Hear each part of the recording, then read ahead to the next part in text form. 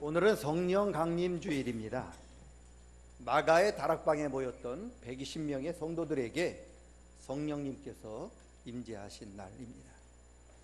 마가의 다락방에 모였던 120명, 어떻게 보면 겨자씨보다 더 작은, 정말로 세상적으로 표현하면 별 볼 일 없는 그런 모임이었습니다.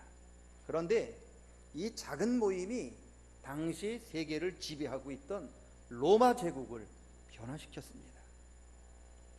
어떻게 그런 일이 일어날 수 있을까? 이게 성령의 능력이에요. 오순절에 마가의 다락방에 임하셨던 그 성령의 뜨거운 역사가 오늘 예배하는 저와 여러분에게도 임하시기를 축원합니다. 저는 장로계 목사입니다만 제가 여러 번 말씀드렸다시피 저는 성령을 굉장히 강조하고 중요하게 생각하는 사람입니다. 우리 모두가, 저도 그렇고 여러분도 그렇고 성령으로 충만하셔야 돼요. 두 가지 이유 때문에 그래요. 첫째는 지금 저와 여러분이 살아가고 있는 이 시대가 말세이기 때문에 그래요. 두 번째는 성령의 도우심과 성령의 역사가 아니면 저와 여러분 아무것도 아니에요. 아무 일도 할 수 없기 때문에 그렇습니다.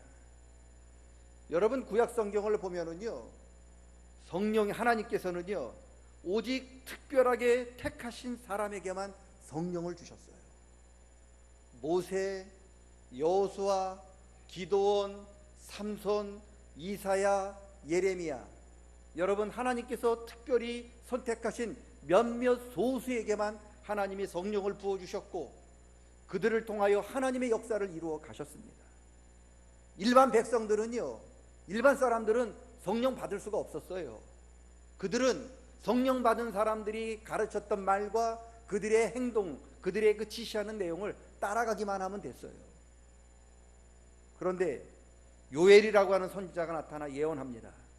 지금은 비록 하나님께 택함 받은 몇몇 소수의 사람들이 성령의 충만함을 받지만 말세에는요, 누구에게나 남녀노소 막론하고 어떤 사람에게든지 하나님께서 성령을 부어주시겠다고 약속하셨어요. 그리고 이 요엘의, 그 요엘 선지자의 약속이, 이 예언이 이루어진 게 바로 오순절 마가의 다락방에서 일어난 성령 강림의 사건입니다. 120명, 마가의 다락방에 모였던 120명 가운데에는 예수님의 제자도 있었고요, 여자들도 있었습니다. 나이 든 분도 계셨고 젊은 사람도 있었습니다. 그리고 그 중에는 종도 있었어요. 그런데 성령 하나님께서요 누구도 차별하지 않았습니다. 거기에 모였던 사람, 남녀노소, 신분 고하를 막론하고 모두에게 성령이 임하셨습니다. 왜 마가의 다락방 성령 임하신 사건이 중요하냐? 여러분, 마가의 다락방에 성령이 모든 사람에게 임하셨던 것으로부터 바로 말세가 시작이 된 거예요. 말세에 예수님께서, 하나님께서 모든 사람에게 성령을 부어주시겠다고 약속하셨는데 마가의 다락방에 모였던 사람들에게 성령이 임함으로 하나님께서 선포하시는 거죠. 이제부터 말세가 시작되었다. 그 말세가 지금 여러분이 살고 있는, 우리가 살고 있는 이 시대까지 이어져 오고 있는 거예요. 왜 말세에 저와 여러분이 성령으로 충만해야 되느냐? 말세기 때문에 그러죠. 말세에 저와 여러분이 하나님의 성령으로 충만하지 않으면 저와 여러분은 하나님의 뜻을 헤아릴 수도 없어요. 하나님의 뜻을 이루어 드릴 수 없습니다. 여러분, 바울 사도가 디모데에게 말세에 대해서 이야기합니다. 디모데야, 말세는 이런 것이다 하면서 뭐라고 이야기하느냐?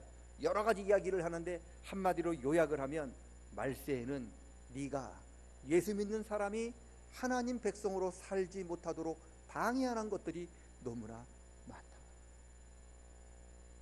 말세에 우리가 성령 충만하지 않으면 하나님의 사람으로, 하나님 백성으로 살아가지 못하도록 방해하는 것들이 너무 많다는 거예요.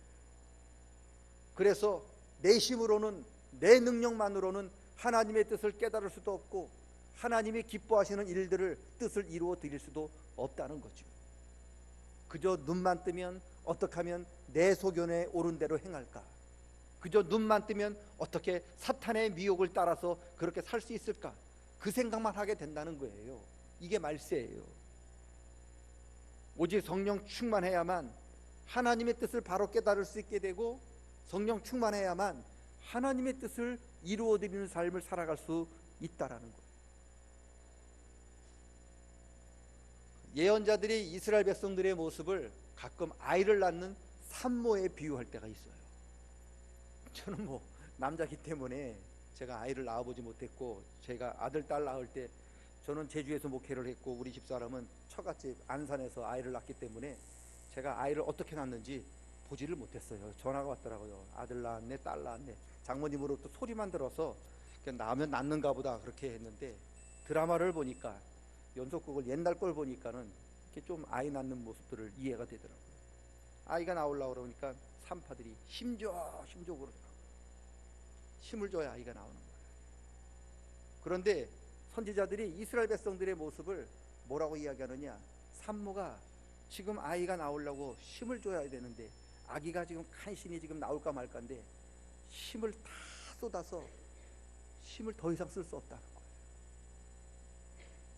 힘을 줘야 아기가 나오는데, 새 생명이 나오는데, 그 전에 힘을 다 써서 힘을 쓸 틈이 없어서, 더 이상 힘이 없어서 그저 포기하고 지쳐서 누워있는 그런 모습으로 이스라엘 모습을 그리고 있더라고요. 그럼 어떻게 되느냐? 아이가 위험해요. 그리고 산모도 죽습니다. 그게 이스라엘 백성의 모습이라는 거죠. 지금 이스라엘 백성들이 하나님의 뜻을 알고 하나님의 뜻을 이루어 드리려고 힘을 기울여야 하는데 힘이 없다는 거예요. 능력이 없다는 거예요. 하나님의 뜻을 알고 하나님이 원하시고 기뻐하시는 뜻이 뭔지는 알긴 아는데 그것을 행할 능력이 없어서 그저 쭉 늘어져 있는 모습이 바로 이스라엘 백성들의 모습이라는 거예요. 경건의 모습은 있는데 그 경건을 따라 살아갈 수 있는 능력이 없는 모습이 이스라엘 백성이라고 하는데, 이게 바로 말세에 우리의 모습과 똑같은 거예요. 여러분 가운데 하나님 뜻 모르시는 분이 어디 있어요? 다 압니다. 하나님이 기뻐하시는 뜻이 뭔지 모르는 분이 어디 있습니까? 다 압니다. 문제는 뭐냐? 아는데 그대로 살 수가 없는 거예요. 우리가 하나님 뜻대로 살 수가 없는 거예요. 왜요? 힘이 없어요. 하나님 뜻대로 살아갈 능력이 없는 거지요. 왜요? 우리에게는 그런 능력이 없는 거지요. 그래서 성령으로 충만해야 됩니다. 여러분, 성령이 충만해야 하는 이유가 여기 있는 거예요. 사도행전 1장 8절 우리가 잘 아는 말씀 보면 뭐라고 이야기합니까? 우리가 성령으로 충만해야 비로소 우리가 권능을 받아요. 권능이란 말 이미 아시잖아요. 원어로는 듀나미스라고 하는데 바로 이 말에서 다이나마이트라고 하는 말이 나왔어요. 다이나마이트 폭발이잖아요. 폭탄이잖아요. 여러분, 폭발력이라는 거잖아요. 자동차 엔진에서 연료가 폭발을 해야 그 폭발하는 힘으로 자동차가 힘차게 앞으로 달려갈 수 있다는 거예요. 성령이 우리에게 임하면 우리가 폭발력을 얻게 되는 거지요. 하나님 뜻은 아는데 힘이 없어서 축 처졌던 우리들이 하나님의 성령이 임하면 하나님의 권능으로 우리가 폭발력을 얻게 되었습니다. 그래서 누워있던 우리들이 일어나서 다시 하나님을 향해 걸어갈 수 있고 달려갈 수 있고 뛰어갈 수 있는 힘을 얻게 되는 게 바로 성령의 역사인 거예요. 왜 우리가 말세에 성령이 충만해야 되느냐? 말세는요, 저와 여러분이 하나님께 나아가는데 방해가 되는 게 너무 많아요. 말세에는 우리가 하나님의 뜻을 행해야 되는데 행하지 못하도록 우리의 발을 잡는, 우리를 방해하는 세력들이 너무 많은 거예요. 내 힘으로 그것을 끊고 나갈 수가 없는 거지요. 내 능력으로는 그것을 이기고 나갈 수 없어요. 이럴 때 성령이 임하시면 하나님께서 우리에게 권능을 주셔서 그 모든 것들을 끊고 극복하고 나갈 수 있는 힘을 주신다는 거예요. 그게 성령이에요. 성령 없으면 저와 여러분은 아무것도 아닌 거예요. 힘을 내야 되는데 힘내지 못하고 그저 축 처져 있는 것과 똑같은 겁니다. 하나님께서는 말세에 저와 여러분이 그저 바라만 보고 있는 무기력한 성도들이, 무기력한 그리스도인들이 되게 하지 않기 위해서 우리에게 성령을 주시는 거예요. 그래서요, 제일 중요한 게 뭐냐? 성령이에요. 우리의 1번 기도 제목이 뭐여야 되느냐? 성령이어야 합니다. 그래야 우리가 비로소 그리스도인답게, 하나님 자녀답게, 하나님 백성답게 살아갈 수 있습니다. 성령 충만하지 않으면 목사도 목사답지 못해요. 성도가 성도답지 못합니다. 성령 받아야 목사가 목사 일을 할 수 있고요, 성도가 성도 일을 하게 되는 겁니다. 그게 성령입니다. 말세를 맞이하여서 저와 여러분 모두가 성령으로 충만할 수 있기를 축원합니다. 능력이 없어서, 힘이 없어서 하지 못했던 일, 성령 충만함으로 하나님이 주시는 권능으로 이겨서 하나님의 뜻을 이루어드리는 복된 저와 여러분 될 수 있기를 축원합니다. 성령 충만하고 권능 받으면, 하나님의 능력을 받으면 저와 여러분이 무슨 일을 할 수 있을까? 말세에 하나님께서 저와 여러분 어떻게 쓰시려고, 무슨 일을 하게 하시려고 우리에게 성령을 부어주실까? 본문을 보면은요, 성령으로 충만한 사람은 하지 않아야 할 일이 하나가 있고 반드시 해야 할 일 하나가 있어요. 하지 말아야 할 일 하나, 반드시 해야 할 일 하나. 성령 받은 사람이, 성령 충만한 사람이 하지 말아야 할 일이 뭐냐? 성령 충만한 사람들은요, 때와 시기에 대해서 이야기하지 않습니다. 때와 시기에 대해서 이야기하지 않습니다. 다시 말합니다. 때와 시기에 대해서 이야기하지 않습니다. 7절 보십시오. 때와 시기는 하나님의 권한에 속한 것이기에 너희가 알 바가 아니다. 사람들이 제일 관심 있는 게 뭐냐? 때예요. 시기예요. 제가 목사인데 새신자들이 저한테 묻는 이야기 중에 하나가, 목사님, 예수님 언제 오셔요? 하나님 나라가 이 땅에 언제 오셔요? 왜 그럴까? 준비해야 되니까. 12월 24일 날 오셔요. 그러면 23일까지 신나게 놀다가 12월 23일 저녁에 목욕 싹 하고 새 옷 갈아입고 기다리면 되잖아요. 사람들이 제일 관심 있는 게 때와 기한이에요. 그 시기를 그렇게 알고 싶어하고 그렇게 중요하게 여겨요. 1990년대에 우리나라에 다미 선교회라고 하는 이단이 아주 판을 치던 때가 있었어요. 다가올 미래를 예비하라는지 준비하라는지 잘 기억이 안 나지만 다미 선교회입니다. 왜 나라가 들썩들썩할 만큼 왜 다미 선교회가 그렇게 영향력이 있었느냐? 사람들이 때와 시기에 대해서 관심이 많기 때문에 그래요. 다미 선교회가요, 이 사람들의 심리를 잘 이용했어요. 사람들이 제일 관심 있는 게 예수님이 언제 오시느냐, 예수님의 재림의 때를 가장 궁금해 하더라. 그것을 딱 잡고서는 그들이 예언을 하죠. 거짓말을 하죠. 언제 몇 날 몇 시에 예수님 이 땅에 재림하신다. 그랬더니요, 수없이 많은 사람들이 다 거기에 빠져들어갔던 거예요. 온 나라가 들썩들썩거릴 만큼. 왜요? 때와 시기에 관심이 있기 때문에 그런 거예요. 오늘 예수님이 지금 승천하셔요. 그리고 제자들에게 묻죠. 야, 내가 지금 하늘로 올라가면 나 못 볼 건데 궁금한 거 있으면 지금 얘기해봐. 제자들이 손들죠. 예수님, 때와 시기에 대해서 알고 싶습니다. 그러자 예수님이 7절에서 뭐라고 말씀하십니까? 때와 시기는 아버지의 권한이다. 그러니 너희가 신경 쓸 필요 없다. 여러분, 때와 시기는 하나님의 권한입니다. 그래서요, 아무도 몰라요. 심지어 예수님 자신도 자기 자신이 언제 이 땅에 재림지로 다시 오실지 자신도 모르신다고 하셨어요. 이 땅에 오실 예수님도 모르신대요. 오직 하나님만 아신대요. 그런데 어떤 인간이, 그런데 어떤 사람이 예수님도 모르시는 그것을 안다고 그 시기를 이야기할 수 있겠습니까? 성령 받은 사람은요, 성령은 예수님의 영이에요.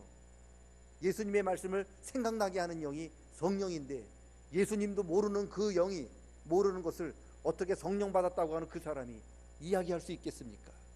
그래서 성령 받았다고 이야기하면서 때와 시기에 대해서 이러쿵 저러쿵 이야기하는 사람은 다 거짓말이에요.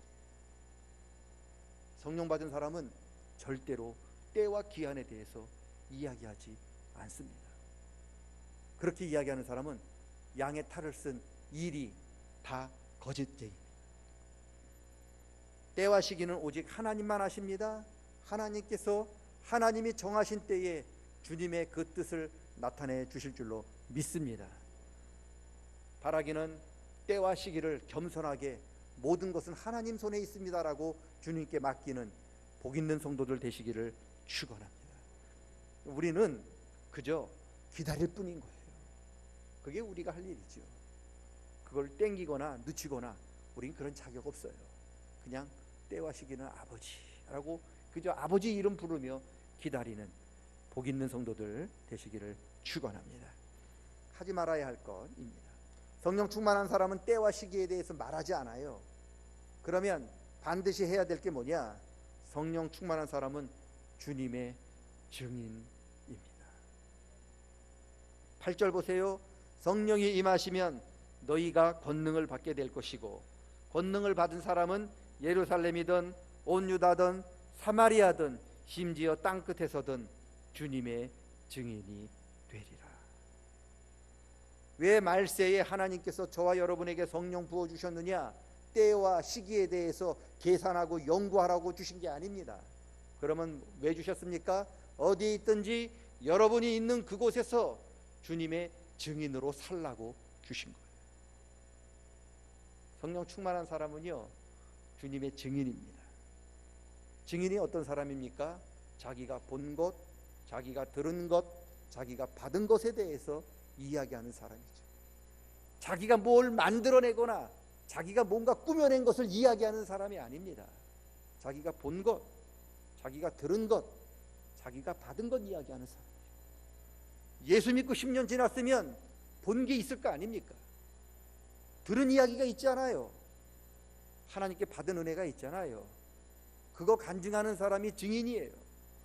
내가 예수 믿고 10년 지났는데 5년 지났는데 30년 지났는데 하나님으로부터 내가 교회로부터 말씀으로부터 이런 걸 보았다. 이걸 들었다. 그리고 내가 하나님으로부터 이런 은혜를 받았다라고 이야기하는 사람이 증인이에요.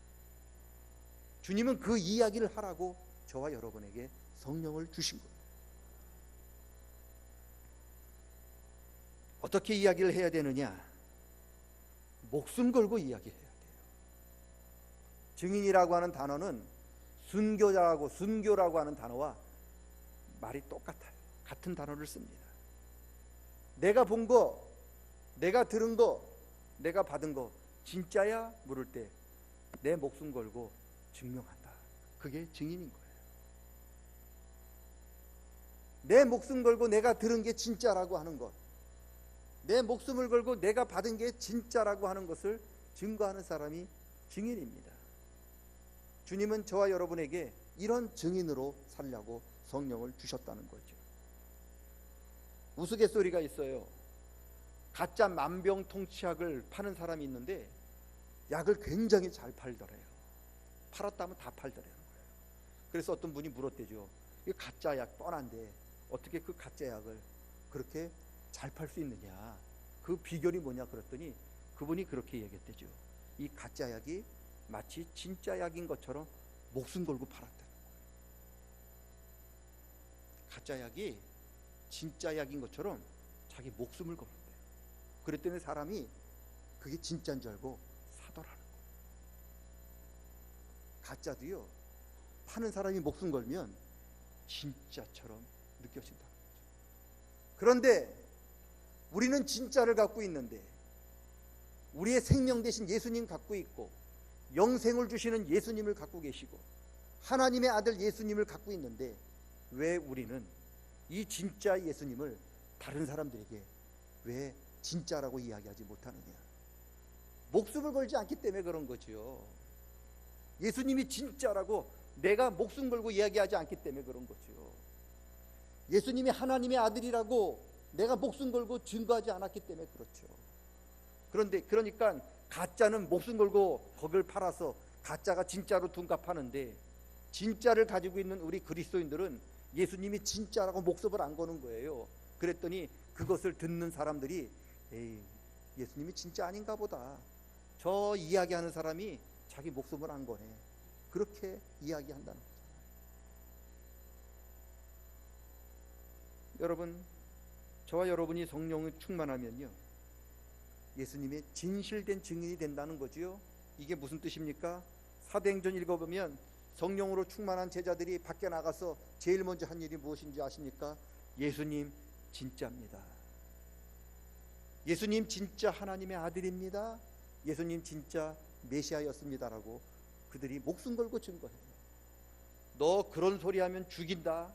너 한 번만 더 그런 소리 하면 너 가만 안 둔다. 사람이 그렇게 협박을 하고 위협을 해도 그게 진짜인데 어떻게 내가 그걸 진짜인데, 예수님이 진짜인데 내가 어떻게 그 이야기를 하지 않을 수 있느냐 하면서 때리려면 때려라, 죽이려면 죽여라, 그래도 예수님은 진짜다라고 고백했던 사람들의 이야기가 사도행전이에요. 하나님께서는 저와 여러분이 지금 사도행전에 나타나는 성도들처럼 그렇게 예수님이 진짜라고 하는 것을, 그 증인의 삶을 살기를 원하십니다. 성령이 충만하면, 그래서 우리가 권능을 받으면 우리는 우리의 목숨을 걸고 우리의 모든 것을 걸고 예수님이 진짜입니다 라고 증인된 삶을 살게 되는 겁니다. 말세에 예수님께서 저와 여러분에게 성령을 충만하게 주신 이유는, 그래서 권능을 주신 이유는 그 힘과 능력을 가지고 때와 시기에 관해서 이야기하거나 그것을 쓸데없이 연구하라고 보내주신 게 아닙니다.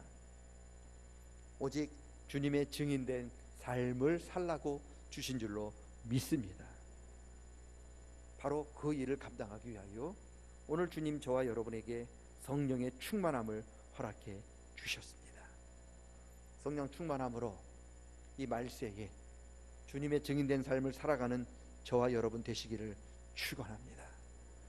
우리가 전하는 그 예수님, 우리가 전하는 그 증거를 보고 사람들이 아하, 저분이 저렇게 자기의 모든 것을 걸고 이야기하는 걸 보니까 예수님이 정말 하나님의 아들이시고 이 땅에 구주신가 보구나.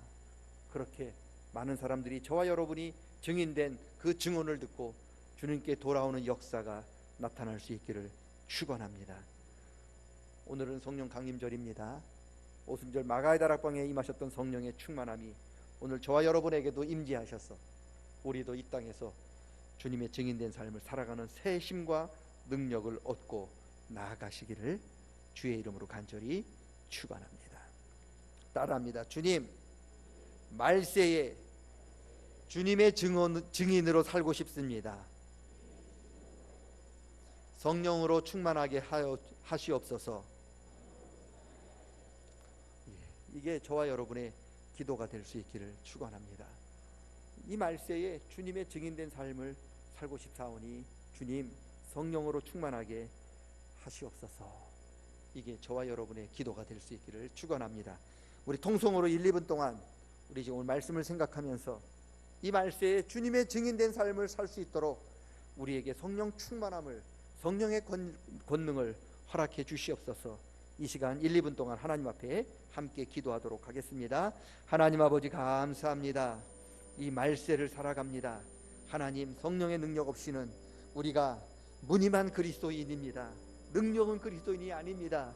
주님을 증거하는 사람도 살지 못합니다. 증인된 삶을 살 수도 없습니다. 아무것도 하나님의 뜻을 이루어 드릴 수 없는 그저 무기력한 성도들밖에 될 수 없습니다.